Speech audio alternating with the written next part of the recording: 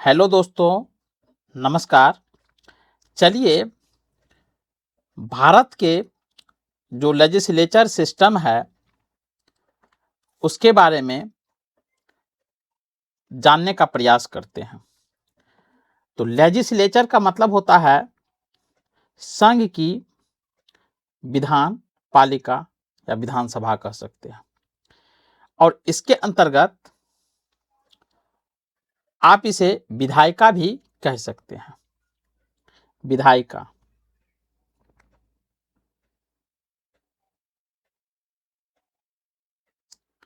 विधायिका भी कहा जाता है। तो इसमें पहला है लोकसभा। लोकसभा को पीपल्स हाउस यानी लोगों का सदन कहा जाता है। चलिए, इनका पहला पॉइंट दिया है कि the maximum strength of Lok Sabha is 550 plus 2 यानी 552,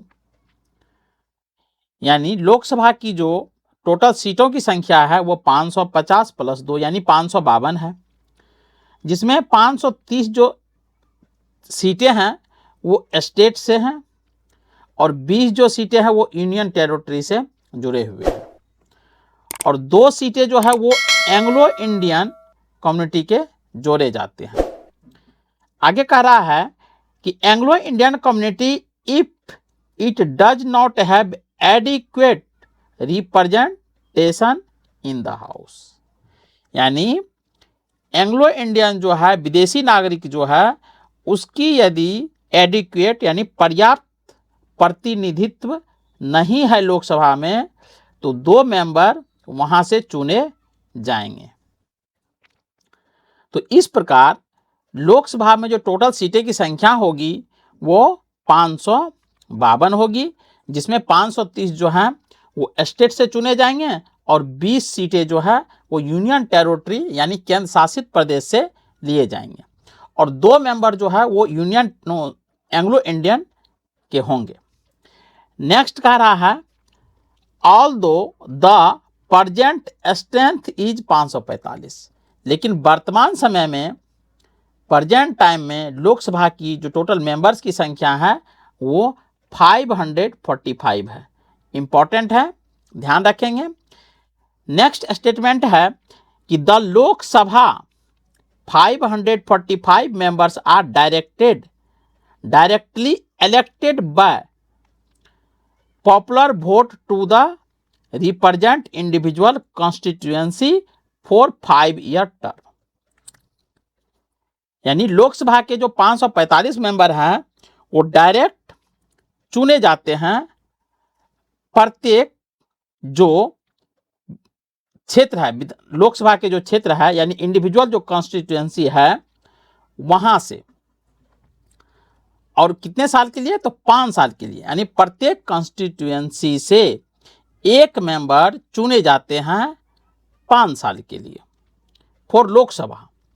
नेक्स्ट है the membership of Lok Sabha is distributed among the seats and union territory so as to ensure proper representation of the population of the state and union territory।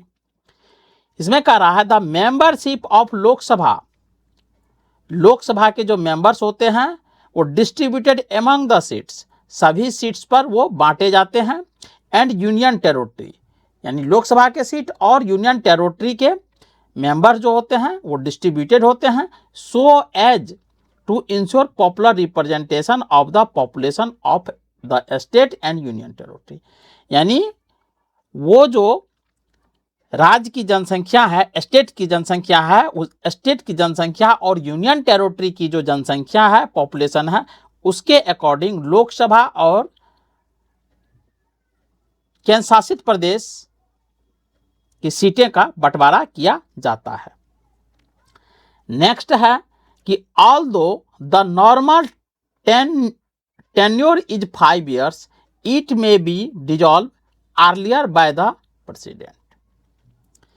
कह रहा है यद्यपि normal रूप से इसका कार्यकाल जो होता है लोकसभा के जो मेंबर्स होते हैं जो इलेक्टेड होते हैं उसका 5 साल का उसका टेन्योर होता है, यानी कार्यकाल होता है। बट उससे पहले भी प्रेसिडेंट के द्वारा उस मेंबर के कार्यकाल को समाप्त किया जा सकता है, खत्म किया जा सकता है। नेक्स्ट है इलिजिबिलिटी, यानी लोकसभा के जो मेंबर्स हैं वो मेंबर बनने के लिए उनकी योग्यता क्या होनी चाहिए। तो to become a member of Lok Sabha a person must definitely be a citizen of India not less than 25 years of age. यानी कह रहा लोकसभा के मेंबर बनने के लिए किसी भी पर्सन को उसे भारत का नागरिक होना चाहिए और उसकी उम्र जो है कम से कम 25 वर्ष होनी ही चाहिए। नेक्स्ट है कि ही या she should be mentally sound and mentally, यहां मेंटली होगा mentally sound and should not be bankrupt. यानी कोई भी व्यक्ति जो लोकसभा का मेंबर बनना चाहता है वो दिमाग से सही हो, दूसरी बात है दिवालिया ना हो, यानी बैंकरप्ट ना हो। He or she should also state and affidavit that there are no criminal procedures against him। और उसे यह भी शपथ पत्र देना होगा या देना होता है कि उसके खिलाफ कोई आपराधिक कार्रवाई नहीं चल रही है, क्रिमिनल प्रोसीड्यूर्स। नेक्स्ट है द स्पीकर ऑफ लोकसभा, यानी लोकसभा के जो स्पीकर है उनके बारे में दिया गया है। तो इसमें दिया है the member of Lok Sabha elect as a speaker of Lok Sabha. The member of Lok Sabha elect, यानी लोकसभा के जो मेंबर्स होते हैं उसी मेंबर्स के बीच से लोकसभा के स्पीकर को चुना जाता है, जो who is responsible for the conduct of business of the body and a deputy speaker to preside over the proceeding in the absence of the speaker. कह रहा है जो स्पीकर चुने जाते हैं लोकसभा के मेंबर से वो रिस्पॉन्सिबल होता है कंडक्ट ऑफ बिजनेस, अपनी लोकसभा के कार्रवाई के लिए। बट यदि वो लोकसभा के कार्रवाई से एब्सेंट रहता है तो उसके जगह पर डिप्टी स्पीकर उसके रूप में कार्य कर सकते हैं। नेक्स्ट है usually the speaker after his election cuts of all connection with his party and act in an impartial manner. करा प्राय जो स्पीकर होते हैं लोकसभा के, जब वो चुने जाते हैं लोकसभा के मेंबर से या जिस पार्टी के द्वारा, तो उसके बाद वो अपने पार्टी से संबंध विच्छेद कर लेते हैं, कोई कनेक्शन नहीं रहता है। Cut off all connection with his party and act in an impartial manner, और वो जो काम करेंगे वो निष्पक्ष रूप से काम करेंगे। उसके बाद कह रहा है he does not vote in the first instant but exercise his casting vote only to remove a deadlock.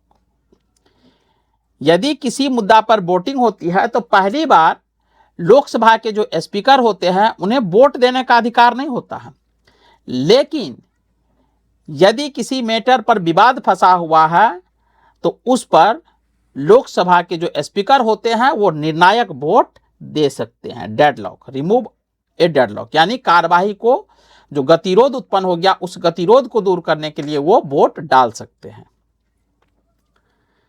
अब नेक्स्ट है राज्यसभा। राज्यसभा हमारे पार्लियामेंट का जो दूसरा सदन है, इसके बारे में पढ़ते हैं। दिया है the Rajya Sabha is the upper house of the parliament. हमारे पार्लियामेंट का उच्च सदन है, यानी अपर हाउस है।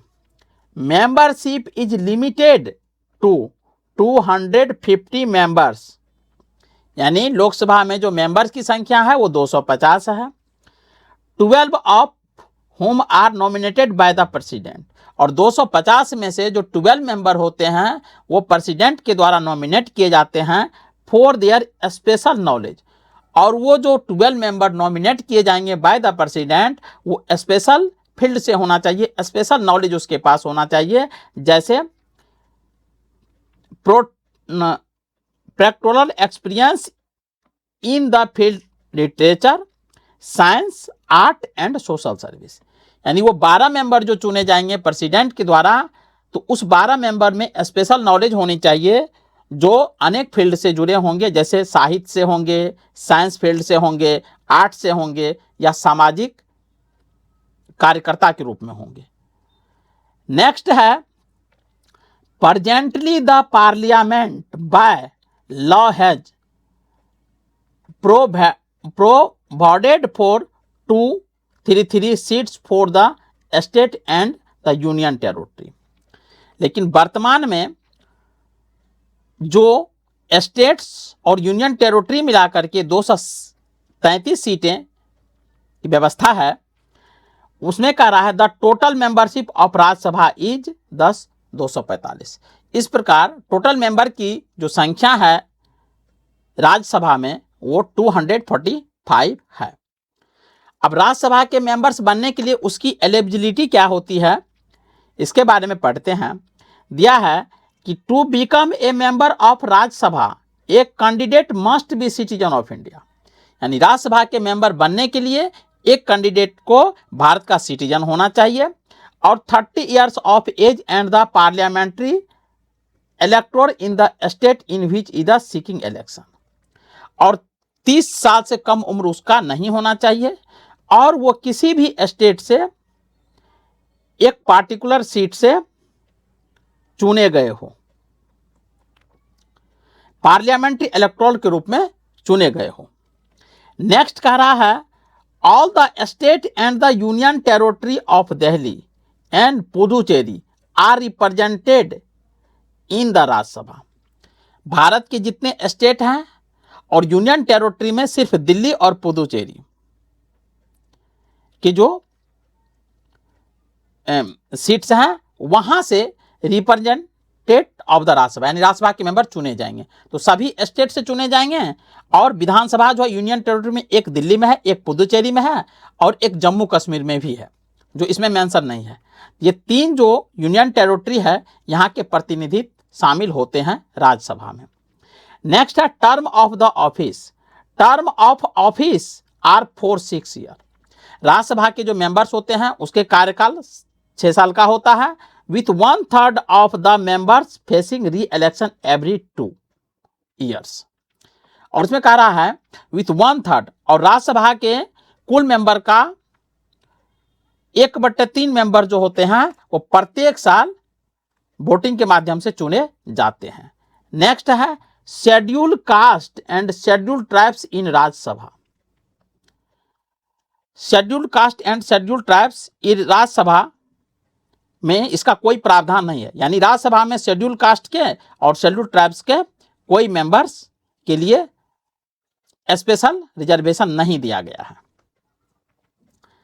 नेक्स्ट है चेयरपर्सन। अब राज्यसभा के chairperson, vice president is the x office chairman of Rajya Sabha. यानी वाइस प्रेसिडेंट जो उपराष्ट्रपति होते हैं वो पदेन, यानी एक्स ऑफिस का मतलब होता है पदेन अध्यक्ष होते हैं राज्यसभा के। He presides over the proceeding of the Rajya Sabha as long as does not act as President of India during a vacancy in the office of the President of India. और वह राज्यसभा के अध्यक्ष के रूप में कार्य करता है और जब तक वो राष्ट्रपति का पद यदि किसी समय वैकेंट होता है, भारत के राष्ट्रपति का पद, और राष्ट्रपति के पद के रूप में यदि कार्य करता है तो उस समय वह राज्यसभा का चेयरमैन नहीं होता है। आगे कह रहा है also a deputy chairman in elected from its member. इसके अतिरिक्त राज्यसभा से, यानी राज्यसभा के मेंबर के बीच से ही एक डिप्टी चेयरमैन का चुनाव किया जाता है जो राज्यसभा के अध्यक्ष के एब्सेंट में राज्यसभा की चेयरमैनशिप का काम करते हैं। नेक्स्ट है session of parliament. The gap between the session should not be more than 6 month. यानी पार्लियामेंट का जो सेशन होता है तो एक से लेकर के दूसरे सेशन के बीच 6 मंथ का अंतराल नहीं होनी चाहिए।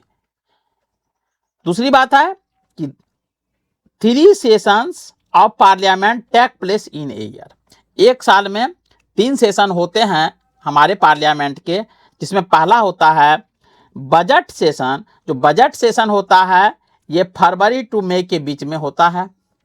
नेक्स्ट है मानसून सेशन। मानसून सेशन जुलाई टू सितंबर के बीच में होता है। और थर्ड होता है विंटर सेशन, ये नवंबर टू दिसंबर के बीच में होता है। नेक्स्ट है कोरम ऑफ आइदर हाउस, यानी आइदर का मतलब होता है दोनों हाउस, यानी लोकसभा और राज्यसभा दोनों में कितने कोरम, यानी कोरम के लिए कितने सदस्य की बैठक होनी चाहिए, कम से कम कितने मेंबर हों ताकि उनकी बैठक बुलाई जा सके। तो अकॉर्डिंग टू आर्टिकल 100C के अकॉर्डिंग, मतलब अनुच्छेद 100C के अनुसार कह रहा है 1/10 of the total number of member. यदि टोटल पार्लियामेंट में जैसे लोकसभा है, राज्यसभा है और उसके जो टोटल मेंबर्स है उसका यदि 1/10 से कम मेंबर प्रेजेंट होता है तो लोकसभा की बैठक नहीं होगी और ना ही राज्यसभा की बैठक होगी। कोरम के लिए कम से कम 1/10 मेंबर्स का प्रेजेंट होना कंपलसरी है। तो चलिए मिलते हैं नेक्स्ट वीडियो के लिए, तब तक के लिए जय हिंद।